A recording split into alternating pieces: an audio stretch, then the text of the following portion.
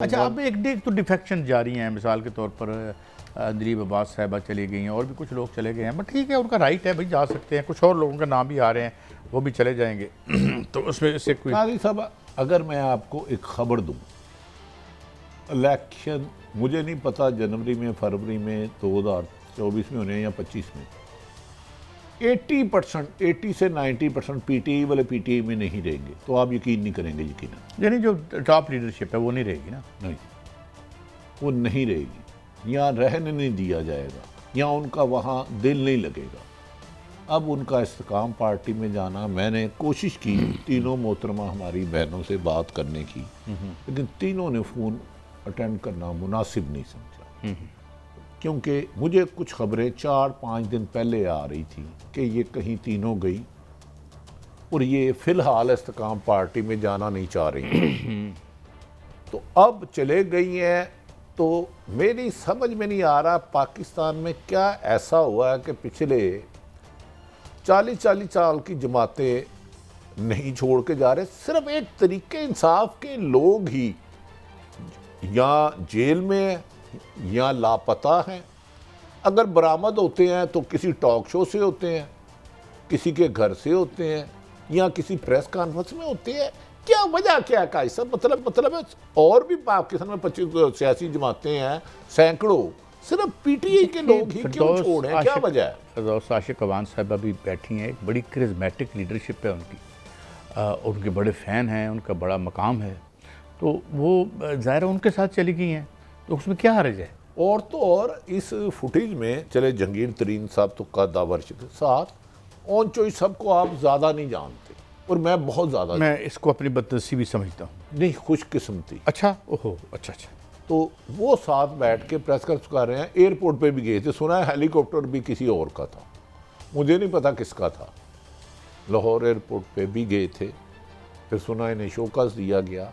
अब चुन चुन के पीटीआई के दर्जनों हो गए हैं, और कहा जा रहा है, जो नून लीग दावा कर रही है, 60 से 70% पीटीआई की लीडरशिप, इससे ज़्यादा पीटीआई में रह नहीं सकेगी, हम रहने नहीं देंगे।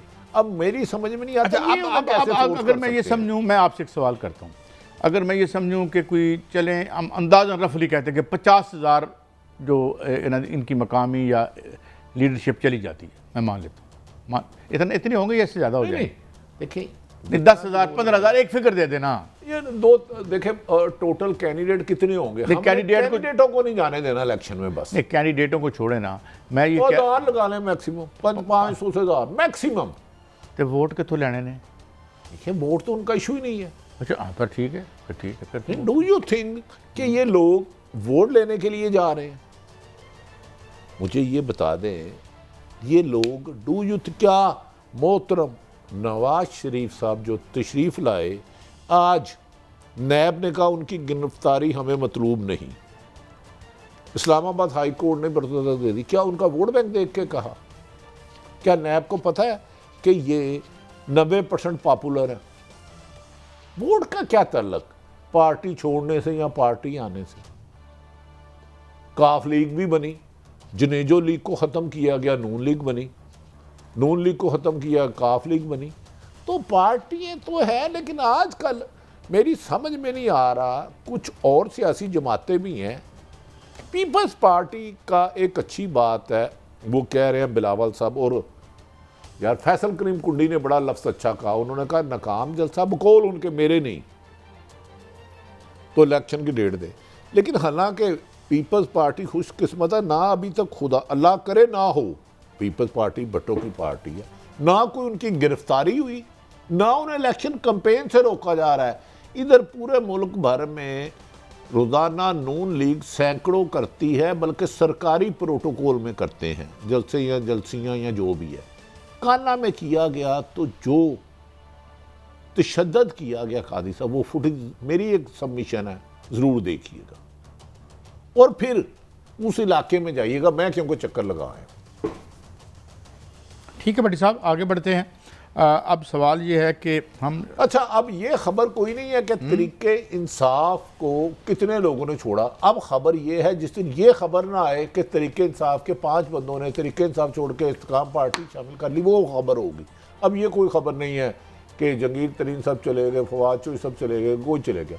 अब है, अगर नहीं गया तो नून लीग समझो कमज़ोर पड़ रही है कि इतनी कोशिश के बावजूद तरीके इंसाफ में क्यों। मेरी एक्टिविटी ने इसकी जो भी थोड़ी बहुत, मैं तो उसकी सोशल बेस के हवाले से पहले ही मेरे बड़े डाउट्स थे।